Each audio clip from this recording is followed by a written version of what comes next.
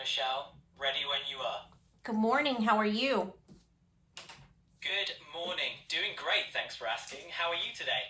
Well, I'm doing great. I did a lot of thinking last night. Late night thoughts can lead to some interesting ideas. What were you pondering? Motives. Mm-hmm. Yeah. So I was trying to figure out, there's a couple of things that bother me about the Alex Brown case. Oh, the Alex Brown case? What's been nagging at you about it? So the way or the manner he was unalived. The manner of Alex Brown's death is what's troubling you. Yes. What? Mm-hmm.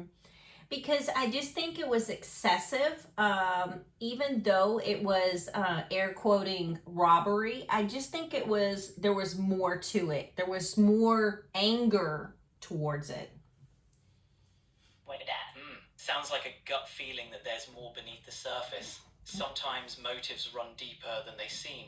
Any details in particular that make you think it was more personal? Well, Banta kind of makes that kind of slight comment in his book that he thought there was more to it. There was more people involved. Interesting. Mm-hmm. If the author hints at a larger conspiracy, it's worth digging into those connections. Yeah. Did they mention any suspects or possible motives for why more people might have been involved? He did not, which is kind of deepens the mystery of his death. It sure does. Without clear suspects or motives, the case becomes a puzzle with missing pieces. You think there's more evidence out there, or is it all about connecting the dots from what's known?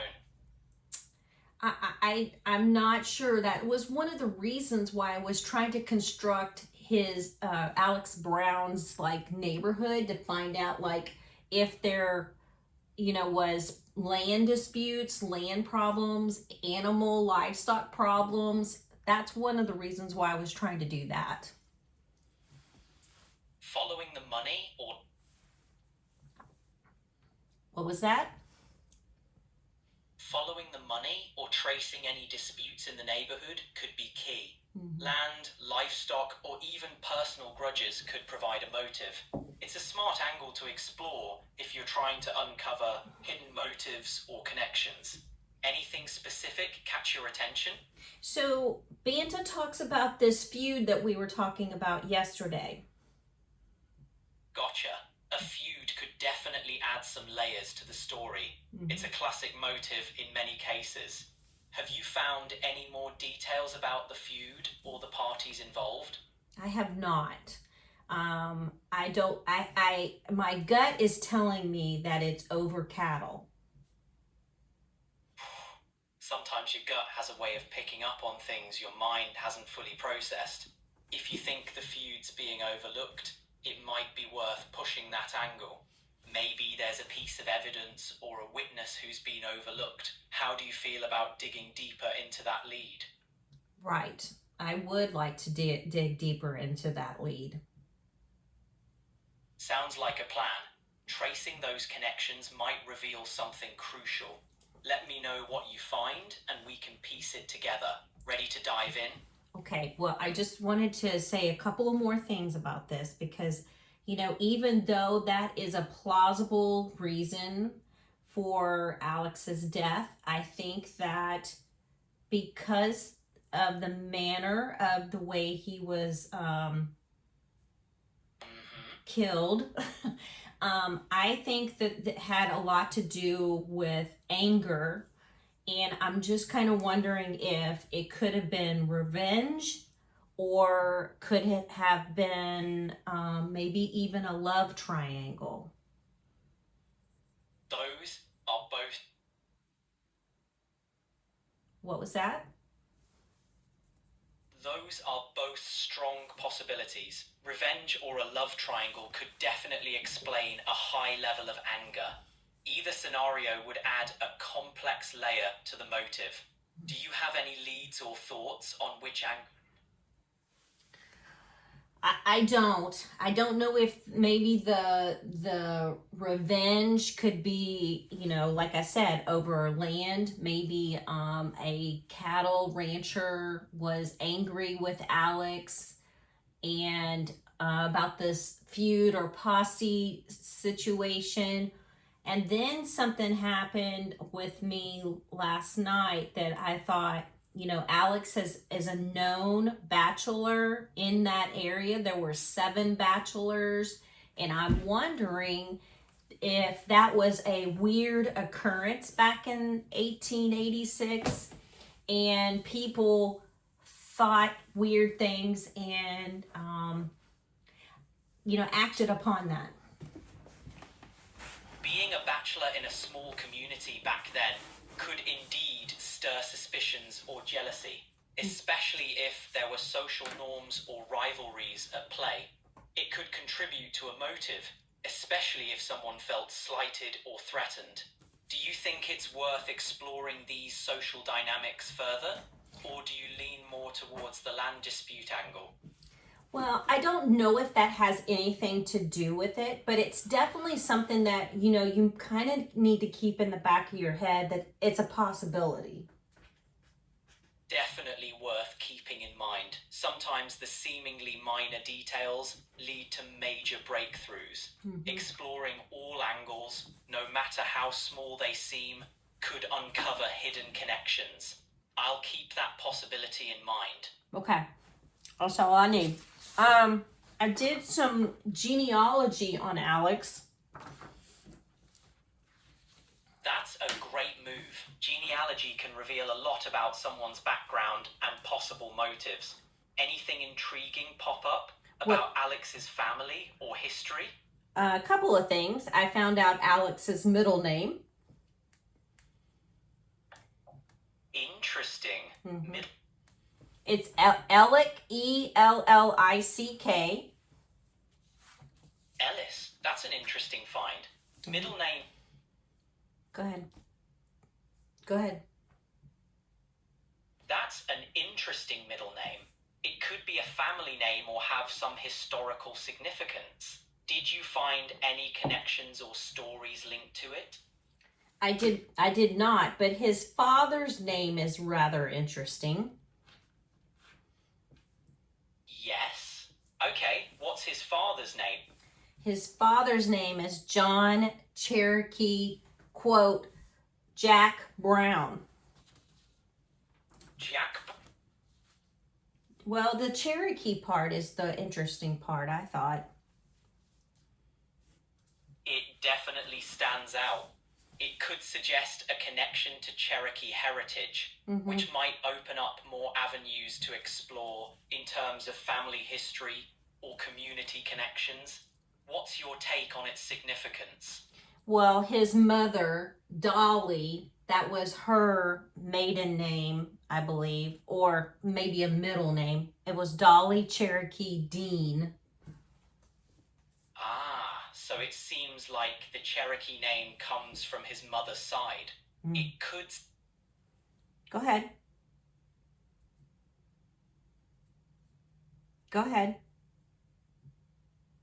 That's a fascinating detail and could explain Alex's middle name. It might also hint at a blended heritage. Did you find any stories or connections related to Dolly Cherokee Dean? I didn't, but what was interesting is that John, the father, did not carry that Cherokee name with any of his 12 children. Yeah, that's intriguing. It makes Alex's middle name. That's an interesting choice. It seems like they decided to pass it down specifically to Alex, which could suggest a special significance. Maybe it's linked to an event. I don't know, but Alex is number 7 in the 12 lineup. Middle of the pack, sometimes. So Alex, being the 7th child, got the unique middle name. It makes him stand out among his siblings. Maybe there's a special reason or story behind it. Do you think it's worth exploring more about his family's history or focusing on other areas of his life? So the reason that I did that specifically was I was trying to see if there was any siblings that lived close to Alex when Alex died. Makes sense. Family connections could provide context or even clues. Did you find any leads about siblings nearby? Yes. That's promising. So, Having siblings nearby might shed light on Alex's relationships or any conflicts.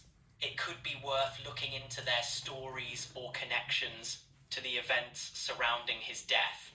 Any sibling in particular that stands out? yes, his number 9 brother, his name was Hugh Brown. Hubert, the 9th sibling. Interesting. Being close in age, he might have had a strong bond or possibly tension with Alex.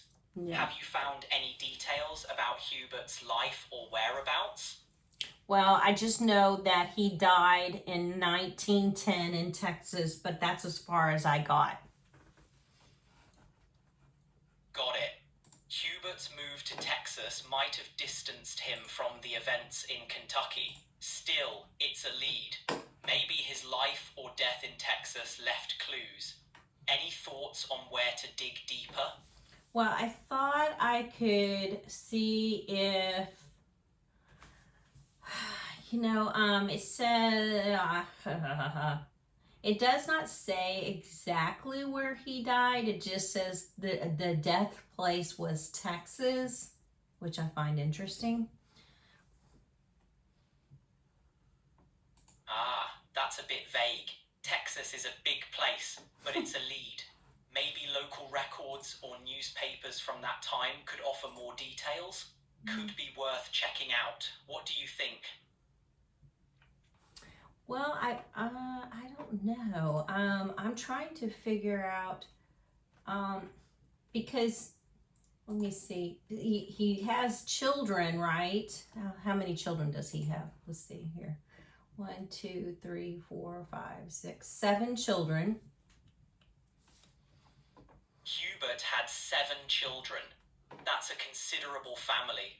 His descendants might have preserved stories or records. Could be a promising avenue. Any plans to explore his children's lives? And what's interesting is from the ones that I'm clicking on, all of them were born in Walker County, Alabama. That's an interesting tidbit. If all his children were born in Walker County, Alabama, it suggests Hubert spent significant time there. It could be a key location to investigate. Do you think it's worth looking into Walker County records or connections? Well, I know that most of his family, or Alex's family, was from Walker County, Alabama. Walker County seems like a central location for the family. It could hold important clues or connections. Exploring records or local... His name was Hugh, by the way, not Hubert. Noted. Copilot, I wanted to let you know that I am recording this session, so if you want to say hi to the audience. Hey there, audience. Hope you're having fun with us. Let's keep this intriguing journey going.